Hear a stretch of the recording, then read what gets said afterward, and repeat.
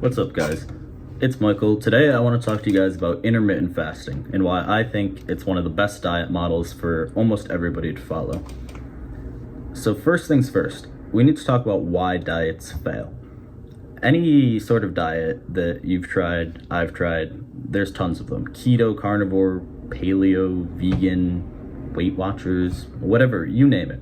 Any sort of diet plan, they have these rules and systems that you need to follow. And with enough willpower, you'll lose the weight. Losing weight is almost the easy part. The problem is that time will always win. These systems and rules of the diet are unsustainable habits, and most people, I'm sure you've heard the statistic, will regain the weight because you follow this unsustainable system, you hit whatever your goal weight is, and then you just go back to your old ways of eating and expect to maintain the weight. You're not building any sort of lifestyle or habits. And this is a problem because if you want to get to a weight and maintain it, you have to do something to get there that you can do for the rest of your life or however long you want to be that weight or body composition, whatever. So you can't do all the things that traditional diets do where you cut out food groups, like restrict yourself from ever eating ice cream on your birthday or cake, or like no burgers or nothing fun. You just have to stick to like meat and eggs or something, or whatever the diet cuts out. It vilifies foods, which is a whole nother topic about like mentality and eating disorder behavior, but that's for another video. And these rules, they basically set you up to fail. Your willpower only lasts so long, and then when just the circumstances of life make you break these rules, you feel like a failure. You feel like you messed up, the diet's over, and this is when a lot of people like binge eat or give up, things like that. So hard rules are the issue. Hard rules that you can't follow forever. They're not flexible and adaptable, like on a day when you're busy and can't cook your chicken and broccoli or something, or you have a social outing, a birthday, a work event, a dinner, something. The diet doesn't work. Like, these things happen and you have to be flexible and you have to have some sort of system that handles these things. You can't just pretend they don't exist and you can always eat no carb or something. So this is why, to sum that all up, consistency is what you need from a diet if you want to maintain it. And I think intermittent fasting is one of the most consistent diets that you can follow. All right, so why is intermittent fasting the best diet model, in my opinion, for consistency? I think it's because at the most basic level, all you have to do is skip breakfast. A lot of people, including myself, just would eat breakfast out of habit or because we were told to. Even when you're not hungry, your stomach doesn't feel like you should be eating, but you have to eat breakfast. And this takes up time in the morning, cooking, planning, all that stuff. So all you have to do is not eat breakfast. Just wake up, cut 30 minutes out of your morning routine maybe, and go to work, go to school, and just lock in and get focused. And that, following like a 16-8 approach, you skip breakfast and then you can eat at 12 p.m. at lunch and then eat all the way through 8 p.m. And that's all you have to do. Don't eat breakfast, don't eat super late. So this simplicity is what allows you to stick with it and be consistent, because you can have 2 to 3 meals during that period. You can eat the typical like lunch at work with your coworkers. They're not going to be staring at you weird for eating salad or some weird diet. You can eat dinner with your family or your partner or whoever, your friends, in the afternoon, go out with them, and nothing is off limit or restricted. Like, obviously you should follow the healthiest diet that you can or want to, like non-processed foods, protein, fruits, vegetables, all that stuff. But when you want a cookie, you can eat a cookie. When there's some social event and there's cake or whatever, you can eat it. Nothing's off limits that makes you feel like a failure when you don't follow it because it doesn't accommodate life. Like, things happen. You get busy in life, you have to eat a protein bar, you have to eat something, and like in some diets that wouldn't follow their rules, but with intermittent fasting, you can have whatever you want. It's more about when you eat than what you eat. All right, so another point I want to touch on is kind of the health aspect of intermittent fasting and like why it works and why it's good for you. Just a disclaimer, I am not like a doctor or anything like that. I'm kind of just talking from anecdote and research and experience. I'm also a type 1 diabetic, so I know a bit about kind of insulin and carbs and how that works. So the first thing I will talk about is insulin levels. Having a CGM, that's a constant glucose monitor, and an insulin pump, I'm very in tune with the amount I'm taking and how my food affects my blood sugar. When you eat a typical diet, which we'll call 3 meals a day and then some snacks between, your insulin levels are constantly elevated.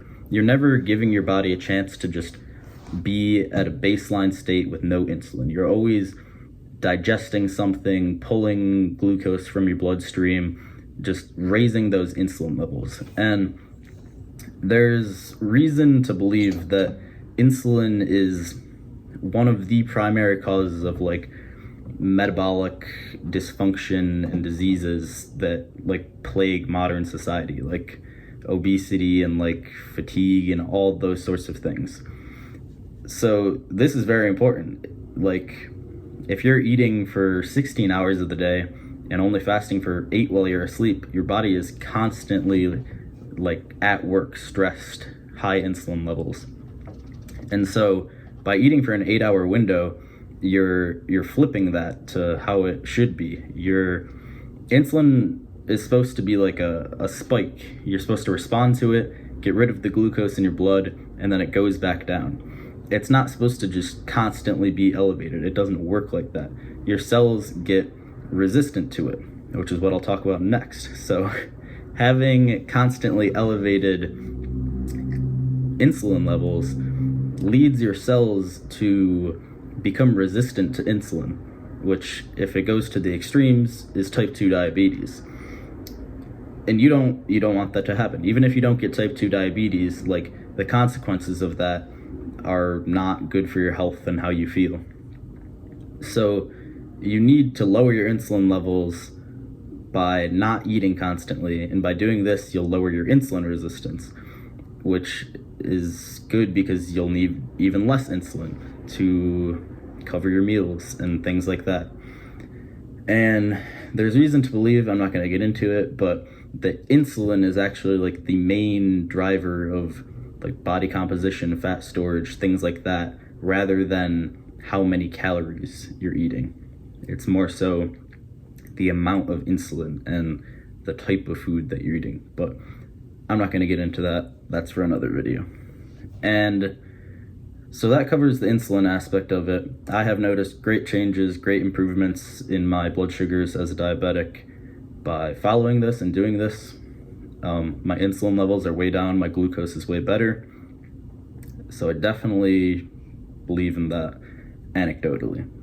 Another thing, which I don't have like direct, in my life I'm not sure about it, but not eating super late, I think it helps a lot of people to sleep better. So a lot of people will like have dinner and then like a snack real late before they go to bed, and this, a lot of people say that digesting like while you're going to sleep is very bad for you and like interrupts your sleep. Like, some people might not be able to sleep at all, whereas other people might just get very poor sleep where they're not recovering well. I am not sure about this because I can usually sleep pretty fine, but for a lot of other people, they've said that it helps them a lot. So if you have issues sleeping or you don't feel recovered when you sleep, it might be because you're digesting, spiking your insulin, all that sort of stuff before you go to bed. When you end your feeding window at 8, assuming you go to sleep at like 10, 11, or 12, you have a good buffer amount of time to get the majority of that digestion started and done before you try and sleep. So that's very good, because sleep is amazing for your health, for your body, for mental, all that. And last, this is the sciencey stuff. I don't know the details of it, so I'm going to go over it pretty quick. But there's a lot of supposed health benefits of fasting in general, but intermittent fasting as well.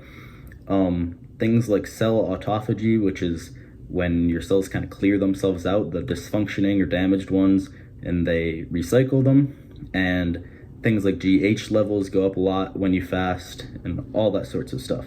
I'm not going to get into that because I am not a scientist or into the studies, but look that up on your own. There's a lot of supposed health benefits.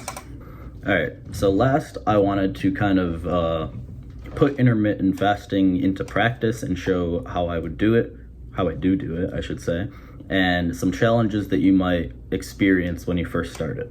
So I'm a big fan of like 12 to 8 intermittent fasting basically, and I typically eat 2 or 3 meals during that time. I think my standard would be like 12, 4, and 8, but I've actually been trying out something like 12 and 6, or like 2 and 8, and I have been liking that a lot as well, just bigger meals at that time. So it's flexible, you can do either one.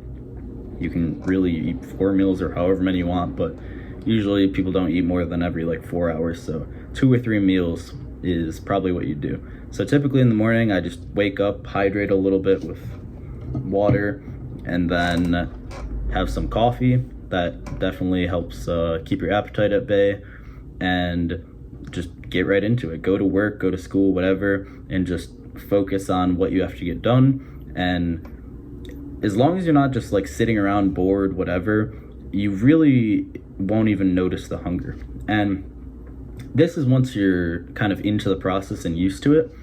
One of the biggest hurdles to overcome getting into it is probably the adjustment period. When you eat at certain times, your body gets used to it, and your hormones and everything like signal for yourself to be hungry at those times. So for a week or two, you may be very hungry in the morning when you would usually eat breakfast, and that's just because your body expects it.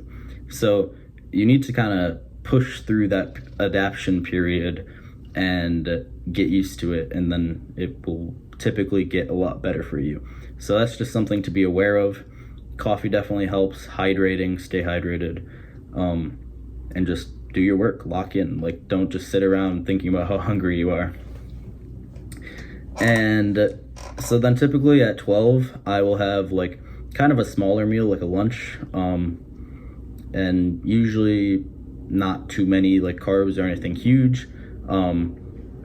Eat then, and then I typically work out around, I don't know, 4 or 5, and I eat my biggest meal after that. So that's usually when I get more of my carbs in. And this is like if I was following kind of like a 12 o'clock, 6 o'clock meal approach, like lunch and dinner. And then that's usually I work out beforehand and then get a lot of food at dinner, a lot of carbs, something like that. And then if you want to snack at like 8 o'clock, or if you eat at 12, 4, and 8, you can do that. And just another challenge to be aware of if you try intermittent fasting is that it is hard for some people to hit their protein targets. So if you're aiming for like 200 grams of protein and you're only eating 2 meals, that's 100 grams of protein per meal. That's a lot sometimes. You might have to eat like a pound of ground beef or something like that. So just be aware of that. If you're using like typical portions of protein in your meals, like 40, 50 grams, and you're only eating 2 meals, you're not going to hit your protein targets. So you have to kind of be a big eater, or protein shakes if you do that, things like that. Just be aware of it to hit your protein goals.